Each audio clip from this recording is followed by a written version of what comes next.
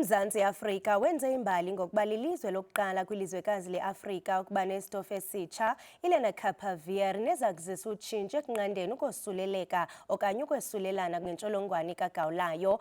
Kusafike izitofu ke zokuqala ezibalelwa kwi-37,920 neza kwanjiswa kwimimandla egquba kakhulu kuyo le ntsholongwane kuzwelonke. Kusinabisela banzi ngalo mba siqhagamshelana ngobuxhakaxhaka kunye nomlawuli oyintloko we-HIV and AIDS uGugu Shabangu.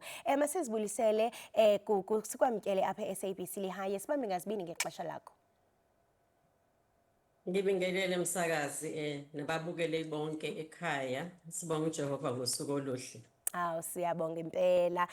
UMzantsi Afrika Gugu unenye yeenkqubo ezinkulu ze-HIV apha emhlabeni. Yintoni kanye esisitofu sitsha kwaye ke simnqanda njani umuntu ukuba asuleleke okanye angasifumani isifo se-HIV?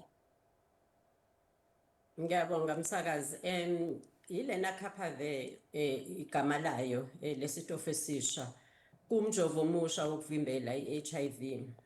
Sujova kabili ngonyaka, okusho ukuthi umjovo owodwa ukuvikela inyanga eziyisithupha. Isivivinyo ke ezenziwe zikhombisa ukuthi unezinga eliphezulu kakhulu lokuvikela i-HIV, kakhulukazi kumantombazane nabesifazane abasebasha. Usebenza ke ngokuvikela ke ukuthi igciwane lingangeni emzimbeni wakho nhlobo. Mangabe uthathe kahle alifanele lingene. Unikwa umuntu ongenayo ke HIV kodwa osengozini ukuthi angatheleleka ukuze ahlale ingenalo igciwane. So into eyenzakalayo kufanele wonke umuntu ofisayo ukuthi ke athole ilenacapavir kuzofanele adlule ekutheni atest i-HIV ngaphambi kokuthi awusebenzise umuthi, ngoba fanele sibe nesiqiniseko sokuthi ke akanayo i-HIV then bese yanikezwa ukuze akwazi ukuvikeleka kuyona. Kodwa osenayo uyaqhubeka edla ama-ARVs akhe. Siyaqonda into yokubana abantu abaninzi bayasokola ukusebenzisa ipilisi yonke imihla ngenxa yokuba mhlawumbi ufumanisa into yokuba kuba khona ucalucalulo okanye nje ufumanisa into yokubana umuntu uxakekile. Ingaba isebe liyabona ukuba esi sitofu siza kuzithatha indawo ipilisi ze-PrEP ngokupheleleyo kwiikliniki zethu zikarhulumente? Angeke zithathe ngokupheleleyo indawo ya oral PrEP, because kukhona abanye abantu abakwazi ukuphuza amaphilisi abo. Mangabe uyibuka inombolo zezwe lethu izona eziphezulu ukuqhathanisa namanye amazwe kubantu abathathe oral PrEP. So basasekhona labo aba-comfortable mangasho kanjalo ukuthatha amaphilisi abo nsuku zonke. Kodwa kuyiqiniso ukuthi baningi abantu abangakwazi ukuthatha amaphilisi abo nsuku zonke abazokwazi ukuthi bayijabulele ilenacapavir ngoba yona uzobe ejova kabili ngonyaka. So ngaleyo ndlela ke siyazi ukuthi ke njengoba siyifaka ilenacapavir ayizili ukuzovala i-oral PrEP, izoqhubeka izo-extenda inketho ezikhona, ifakeni seyithi izo-expand i-choice ekhona kuma-prevention modalities esinawo. So ngaleyo ndlela umuntu uzokwazi ukuthi mayifika esikhungweni afika yikhethele ukuthi usathatha iphilisi noma usathatha umjovo. Kodwa futhi okubalekile kakhulu ufanele ngikuveze ukuthi kusadingeka ukuthi ke wonke umuntu ozothola ngisho ilenacapavir noma uthatha umjovo noma uthatha amaphilisi, kodwa abe azi ukuthi ukwenza lokho phakathi kwazo zonke ezinye ezikhona izindlela ezibekiwe njengama-condoms sisaqhubeka siyawasebenzisa ngoba wona awavikeli i-HIV kuphela kodwa ayakwazi ukuthi avikele futhi nama-unplanned pregnancies, akwazi ukuvikela nezifo zocansi. So ngaleyo ndlela ke sizama ukusho ukuthi ke izo-eda kuma-modalities akhona and then abantu babe ne-choice e-wider ngendlela abangayisebenzisa nangandlela abangayivikela ngayo kwi-HIV. Njengoko usitsho Gugu into yokubana izo-eda kwii-choices esele zikhona ngendlela abantu bangazithintela kule ntsholongwane kagawulayo. Kumntu obukeleyo ekhaya nokuba mhlawumbe nexhala malunga nesi sitofu sitsha, ungamqinisekisa ntoni malunga nokhuseleko lwelenacapavir ingakumbi kwabasetyhini abaselula nabo abazithweleyo? Makuzoba nomuthi omusha msasazi, kukhona inhlangano yaseNingizimu Afrika yokulawula imithi esibiza nge-SAHPRA. Iyona-ke egunyaziwe ukuthi-ke ibheke nanoma imuphi umuthi omusha ongenayo ezweni lethu. So nayo yona-ke lenacapavir idlulile ezandleni ze-SAHPRA ISAPRA isisiqinikisekisile ukuthi ke isebenza kahle esikubiza nge-efficacy, iphephile futhi esikubiza nge-safety, futhi nezinga layo lokusebenza liphezulu, so iquality yayo futhi iqinisekisiwe uSAPRA. So ukuphepha kwelana Kaphavee ikakhulu abaqinisekisile ukuthi ke kubantu abanesisindo esingaphezu kwa 35 kg, okusho ukuthi njengamanje asikwazi ukunikeza izingane ezincane aziphephile okwamanje, kodwa abanye nabanye ngaphezu kwa 35 kg baphephile ukuyithatha. Omama abakhulelwe nabo futhi baqinisekisiwe ukuthi baphephile ukuyithatha. Ingakho ke nathi esumnyango wezempilo sibabeke phambili eqhulwini ukuthi bakwazi ukuthi bayithole ngoba bayakwazi ukuvikela abantwana babo abangakazali. So asisho ke msakazi ukuthi ayinawo ama side effects, kodwa ngiyafisa ukuveza ukuthi asinawo lama side effects amakhulu amanye awe sawabona masiqala ama-ARVs. Kulena Kaphavee asinakho okunjalo. Iyoba khona leyo ndawanyana ebuhlungu la esijova khona, mhlambe kube bovanyana, abanye bangakhala ngekhanda, omunye angakhala ngesicasucasu mhlambe, omunye angaza aphalaze, kodwa izinto esijwayele ukuzibona nakweminye imithi kwenzeka. Okubalekile ukuthi wonke umuntu oyithathayo uzobe ebhekwa naye futhi akwazi ukuthi areport emtholampilo, kodwa iqinisekisiwe kumama abakhulelwe bonke abantu abanesisindo esingaphezulu kwa 35 kg. Siyazi ukuba elixabiso lesisitofu Gugu luphezulu kakhulu emhlabeni jikelele. Urhulumente waseMzantsi Afrika wenza ntoni uqinisekisa ukuba esisitofu asizofikelela mhlawumbe kuphela abo esawutsho into okubana bafumile ezipokothweni, kodwa ke nakwindawo ingakumbi kwindawo ezisemaphandleni kwizibhedlele in rural communities esisitofu sizawukwazi into okubana sifikelele? Yebo msakazi uqinisile, intengo yayo iphezulu kakhulu njengamanje, ngoba iyasetshenziswa eMelika njengamanje, iphezulu intengo yakhona. SiwuMzantsi Afrika nathi sikubonile lokho, ngenhlanhla ke uGlobal Fund ukwazile ukuthi angenelele asitholele lo mthamo wokuqala ozokhokhelwa uyena uGlobal Fund. Kuphinde futhi kuphinde kwenziwa namalungiselelo ukuthi kukhiqizwe neminye efana naye siyibiza ngama-generics, ngoba mangabe kukhiqizwa yona iyakwazi ke yona ukuthi ke sikwazi ukuthi sisabalalise eminingi ngoba ishibhile yona ayifani naleyo yokuqala. So ngalokho ke uMzantsi Afrika ukwazile ukuthi ke ngonyaka odlule kube nomhlangano ohanjelwe ungqongqoshe wethu wezempilo uDokotela Aaron Motsoaledi nezinye inhlangano ahlangane nazo. Lo mhlangano sokubiza ngeUNGA, kusekuhlangana amazwe abumbene akwazi ukuthi akhulume ngezindaba ezahlukene. So wayekade yile kulo mhlangano wakwazi ukuthi ahlangane namanye inhlangano ezinjengo Unit Aid, Oves RHI, Onclinton Health Access Initiative esimbiza ngoCHAI, bakwazi ukuthi ke basupporte inhlangano noma inkampani ebizwa ngeDr Reddy's, okuyiyona naye engamanye ama companies enikezwe ilicense ewumahala. I mean esibiza akusiye ilicense ewumahala, mhlawumbe ngibize ukuthi ke ama voluntary licenses akhishwa uGilead.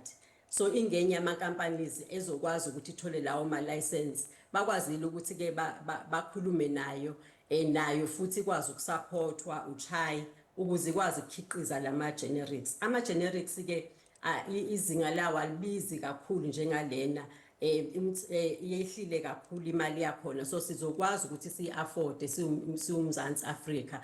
Makungakhiqizwa wona kulabo abanikezwe lama license ayisithupha, sikwazi nathi ukuthi siwuMzantsi Afrika siwathole, sizokwazi ukuthi ke siwa-afforde bese siyakwazi ukuyisabalalisa kwabanye.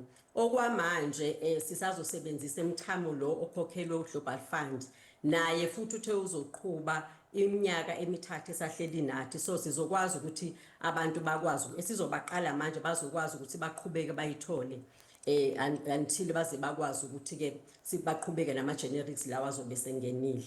Esicabanga ukuthi ke azokwazi ukuthi ke asilekelele kakhulu kwehliseni izinga lemali leli elikhona njengamanje. Siyaqonda into yokubana iproduced originally from e-US.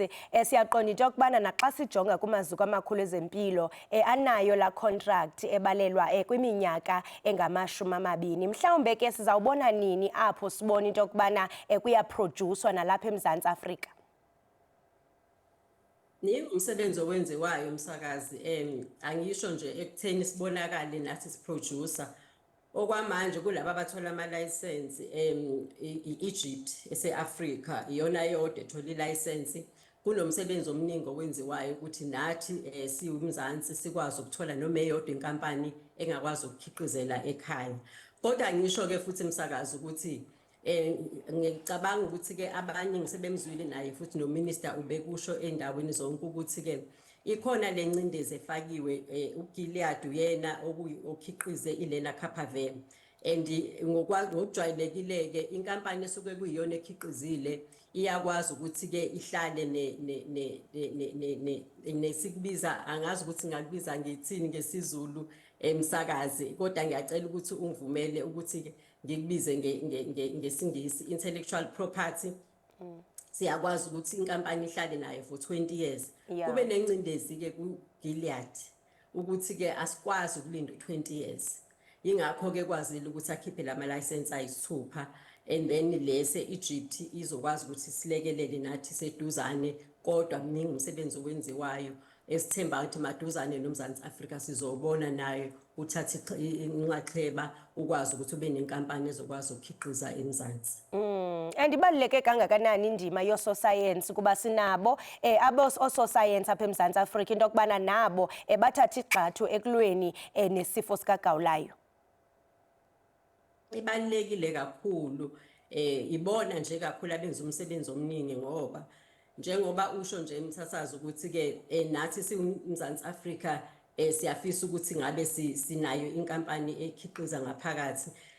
Ama implementation studies enziwa la eSouth Africa ukutestwa kwayo bekwenzeka nala eSouth Africa yingakho sesithi siwuMzantsi Afrika nathi siyadinga ukuthi sibe na ikhiqizwe ngaphakathi kuthina. Konke lokho bekwenziwa ososayensi bebambisene nomnyango wezempilo.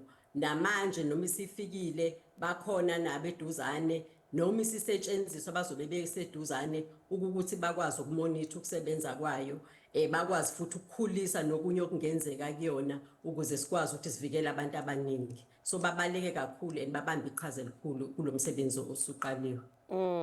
Uba ukhona umuntu obukeleyo oqondayo into yokubana uyafuna ukutshintshela kwesi sitofu ngawaphi mhlawumbe amanyathelo ekufuneka into yokubana wathabathe kwangoko kwaye engawaphi amaphondo aza kuqala ukusifumana kule nyanga esisitofu? Okwamanje akuwona wonke umuntu ozothola njengoba kwenziwa ngegaba sinegaba ezintathu. So ngonyaka odlule uminister wethu wahlangana nabanye abambisene nabo iqhaza kaSanakhi wabuye wahlangana ne-civil society kwakukhona uUNAIDS kwakukhona uWH kwakunabantu abasebenzisana nomnyango wezempilo yilako bese kunqunywa khona ukuthi ke obani abazoqalwa ngalesigaba sokuqala abazongena manje kubhekwa amazinga e-HIV endaweni ezahlukene nakwifundazwe ezahlukene nezathu zalokho ukuthi yindaba laba afanele bangene eqaleni yindaba laba abafanele bangene ezingeni lesibili.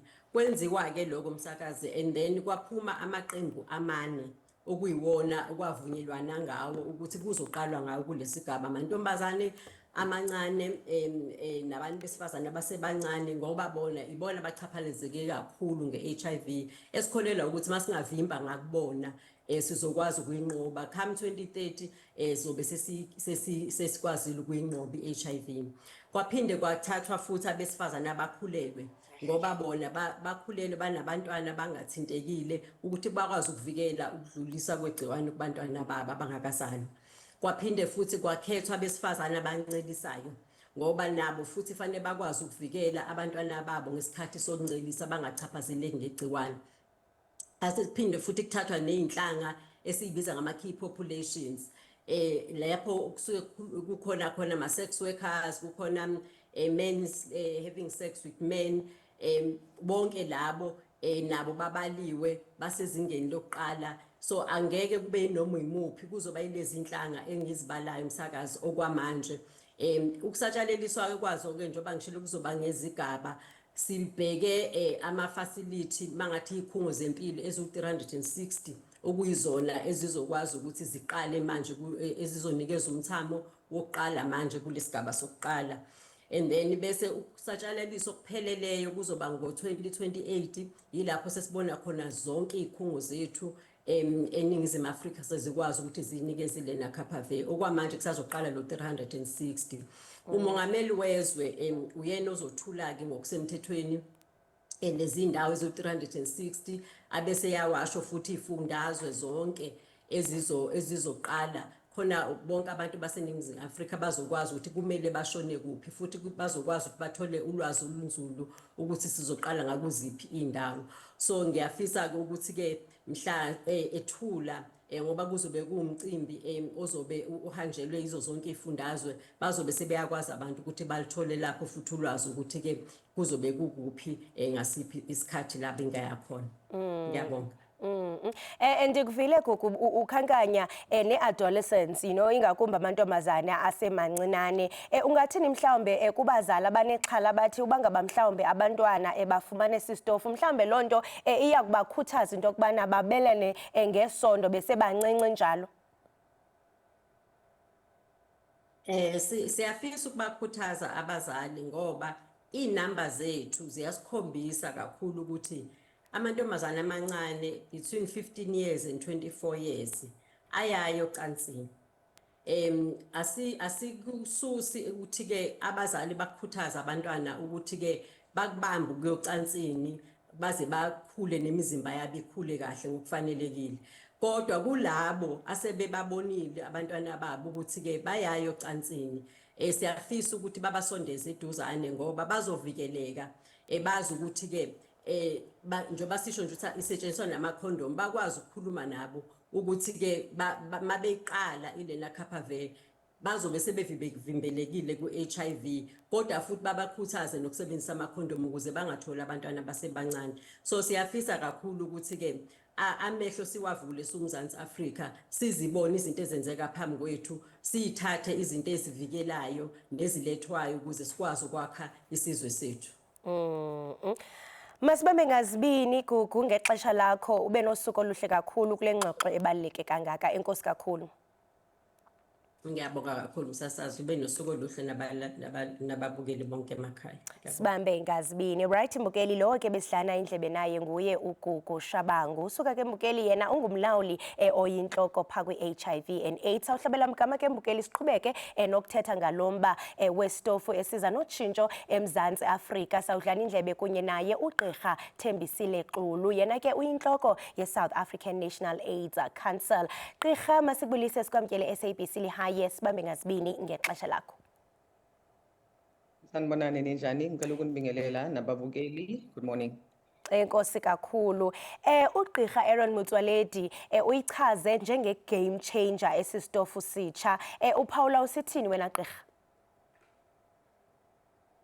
I think uqinisele ngempela umongameli uma ngabe ethi i-game changer le injection angeke siyibize nge-vaccine ngoba siyazi ukuthi akusiyona i-vaccine kahle kahle i-ARV antiretroviral iphilisi umshanguzo.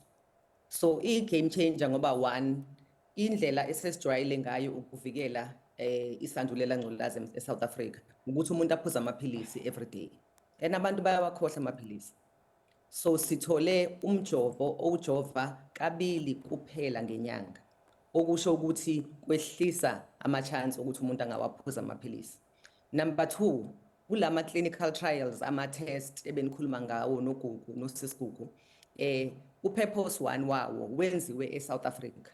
Kwatholakala ukuthi i-protection enikwe le mshanguzo i-100% in adolescent girls and young women. Okusho ukuthi ngempela in terms of prevention effective kakhulu lamaphilisi. Bese ngenxa yokuthi msakazi amaphilisi e-HIV ama-ARVs ayafana namaphilisi e-PrEP awu preventer i-HIV.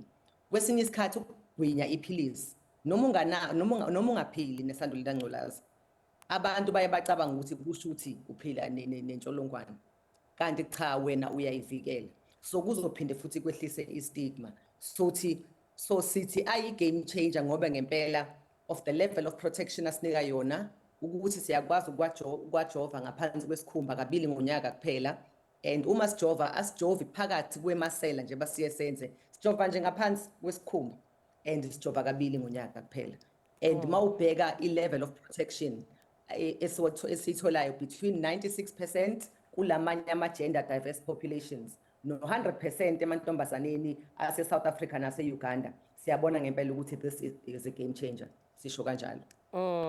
Ngiyayithanda nalomzekelo wenza into kubana nijonge namanye amazwe afana no-Uganda.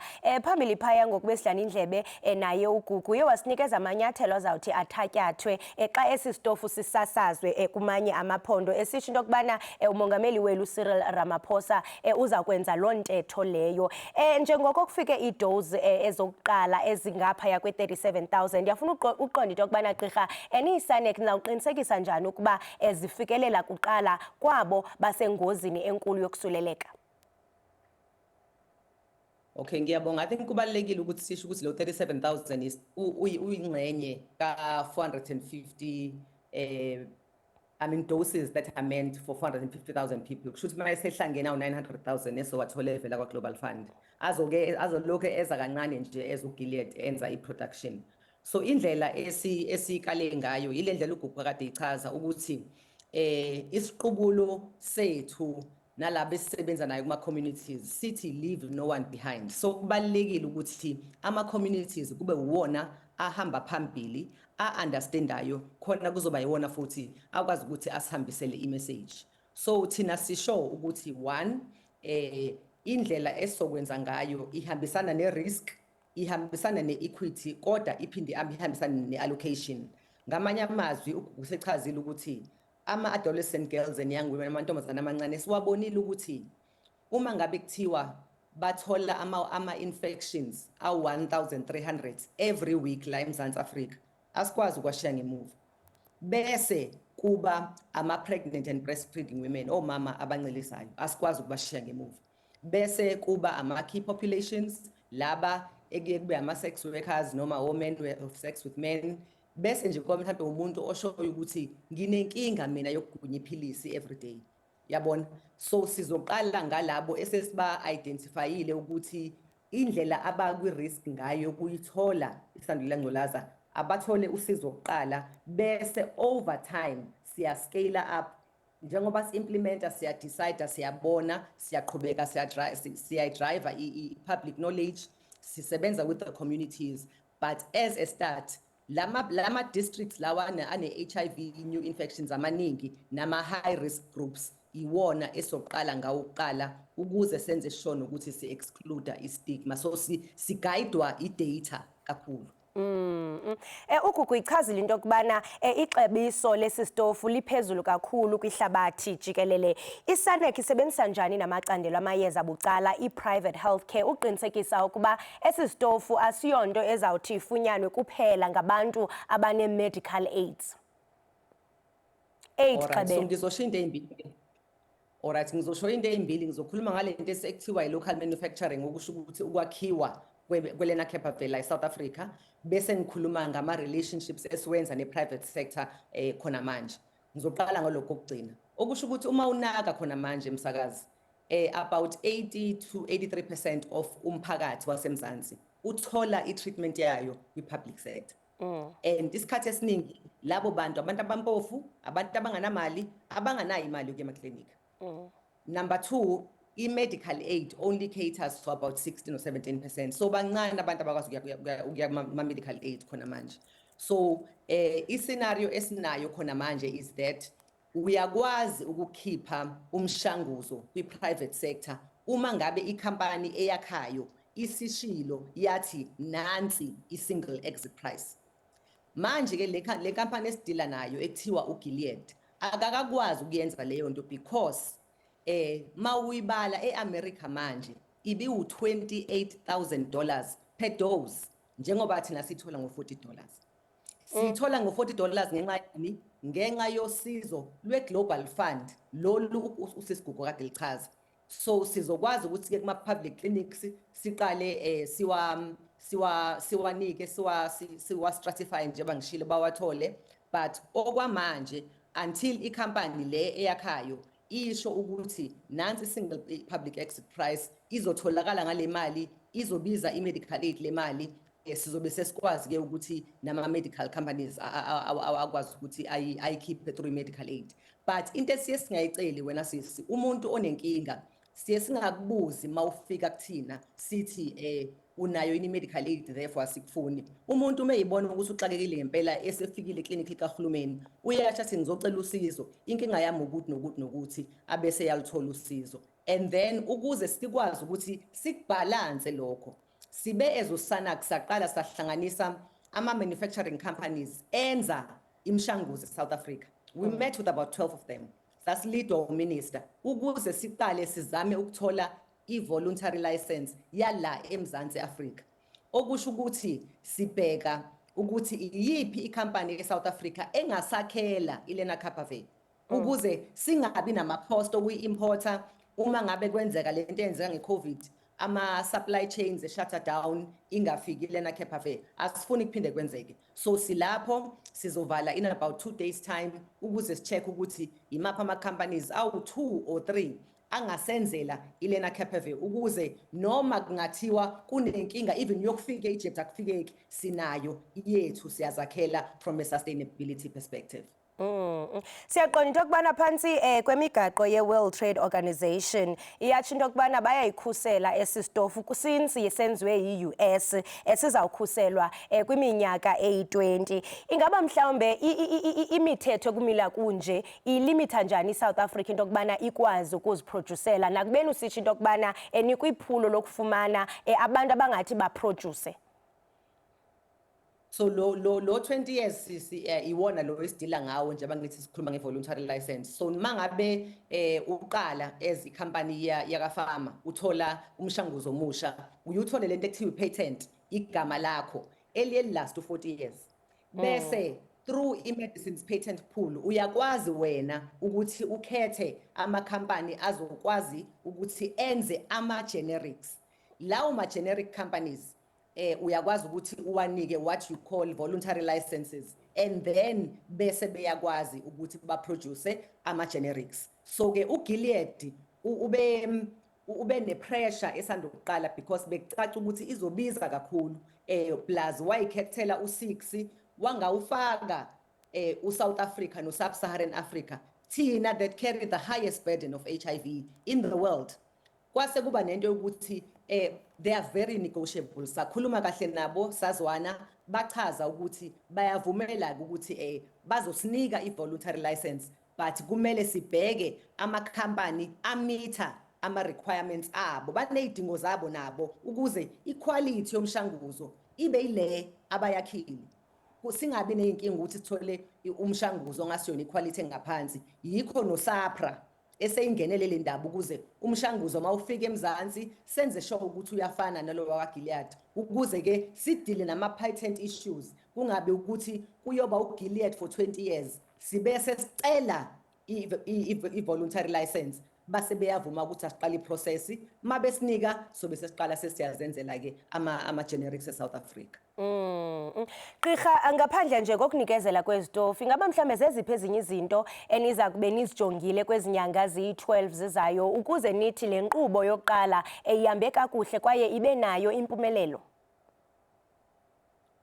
Okay, so angithi nje uma ngingachaza nje njengomuntu owudokotela kuzoba khona ama-clinical successes, kodwa isikhathi esiningi siyesibheke indlela abantu abayiphatha ngayo i-behavior nama-system level indicators. One, mangabe sibona ukuthi ngempela abantu bayayithatha, which we call uptake and coverage. Masithola ukuthi that is high, it will be an indicator of success. And why I say that, ngoba kuzosichazela ukuthi kusho ukuthi ama-communities ayabhilivela kulento, okusho ukuthi they are sending the message correct kwamanye ama-communities ukuze afike azoyidimanda. Number 2, ukwazi kwethu ukuthi sifice laba ekuthiwa ama-key and priority populations kubalulekile kakhulu So uma singafika kubona ngoba bona ibona abasenkingeni kakhulu njengamanje in terms of being at high risk of ukuthola ama-new infections nokwa transmit. So uma ngabe singathola ukuthi imiphakathi yethu iyabeliever kule lenacapavir bayayiprioritize, sithola ukuthi i-adherence increase, bese sibona ngokuthi kube ne-demand, ama-clinic ethu agcwala abantu bezoyifuna. That for me will be a success determinant, because mangabe sebefikile ema-clinic kumele sibe nama-systems angithi asebenzayo thina ukuthi sibamonithe ukuthi ufikile uThembisile namhlanje, in 6 months time kumele afonelwe aphinde azojova. But actually after 1 day or 2 days aphuza amaphilisi bese ejova after 6 months. Ngamanye amazwi ama-systems ethu ezohulumeni kumele asisebenzele ukuze sikwazi ukubasiza abantu ukuthi bahlale bekulo mshanguzo. Bese mina njengoSANAC i-success factor yami ukuthi in 12 months time ngingafisa ukuthi uGilead abe esesinikile le voluntary license esicelayo ukuthi sizakhele i-generic lenacapavir eSouth Africa. And then okugcina ngcise ngivala ngicela ukusho ukuthi ilenacapavir once abantu bengayiyeka ukuyibuka as i-magic bullet, bayisebenzise as indlela yokuthi ba-energize i-prevention yonke, because ilenacapavir i-prevent i-HIV kuphela, ayi-prevent i-STI, ayi-miss i-unwanted pregnancy.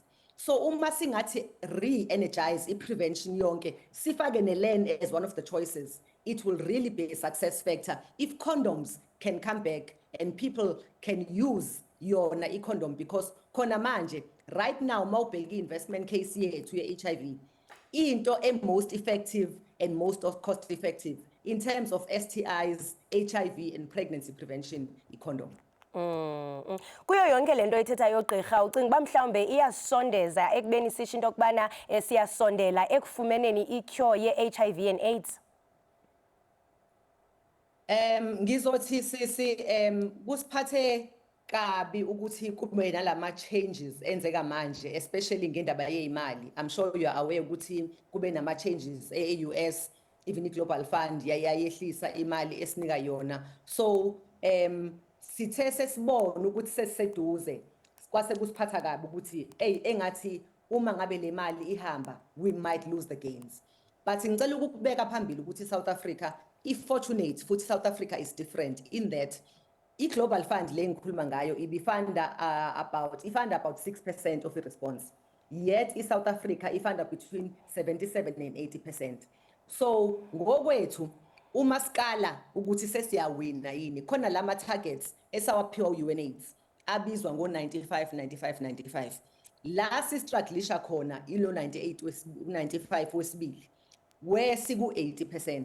La abantu kumele baqale i-treatment bese beyahlala kwi-treatment. Siyazi ukuthi abantu abaningi bayaqala basheshe baphume, abanye abazange baqale, abanye abathestile abazazi. So mangabe uyabheka uminister ulontshe lento ekuthiwa i-Close the Million Gap campaign ka 1.1 la sesiqale khona impela sisebenza nama communities, sisebenza nama traditional leaders to say asibabheke laba bantu ukuze sibathole.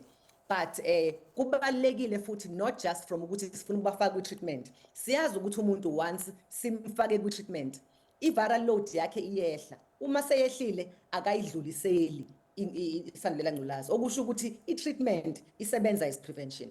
So uma ngabe uhulumeni engaqhubeka sibambe nje besibambile njengoba ngisho nje ukuthi igalelo elikhulu lemali lifakwa uhulumeni wethu, we are on the right path uma singaqhubeka kanjalo singehlisi. Uthethile ngendlela mhlawumbe enizawuthi nibeke iso uqinisekisa into kubana oku kuhamba ngempumelelo kwi-12 months. Ngiyafuna uqonda xa sijonga i-clinic zethu ingakumbi u-public healthcare system, ungathi gqirha mhlawumbe ezi-equipped into yobana zikwazi into yokubana zifezekise okanye zifikelele kule mpumelelo ubuthetha ngayo?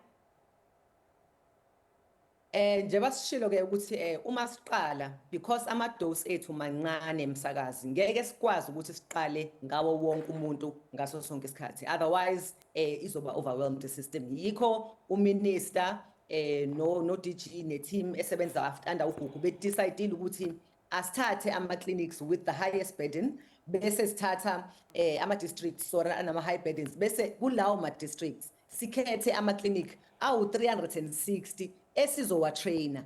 Si-traine not only i-staff, si-traine ama-community, abantu abahlala around. Siphinde senze sure ukuthi ama-systems are-ready. Ngama-systems angisho ukuthi lawa okucapture i-data kuphela nama-files. Ngisho ukuthi even ukuthi i-Learner Capave isuka kanjani edepo ize clinic ifike ngesikhathi umuntu ayithole kusayi-quality e-right. For lo 360 oyi-first phase si-ready, si-right, akusashodi lutho. Ngikhuluma futhi ngikhuluma ngokuyiqhenya nje njengomuntu wase-South Africa.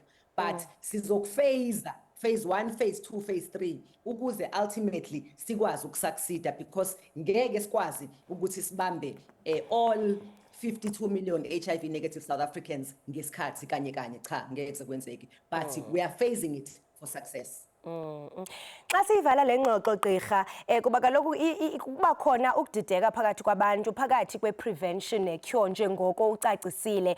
Ingaba mhlawumbe ninguSANEC zikhona iinkqubo enizenzayo uqinisekisa into yokubana mhlawumbe nindwendwela uluntu lwaseMzantsi Afrika nibafundisa nge-prevention kananjalo ne-cure, nibafundisa into abangaba mhlawumbe esi sitofu asizopreventa o-STI no-pregnancy kodwa kuyabaluleka umuntu uba aziphathe kakuhle nakubeni esebenzisa esi sitofu?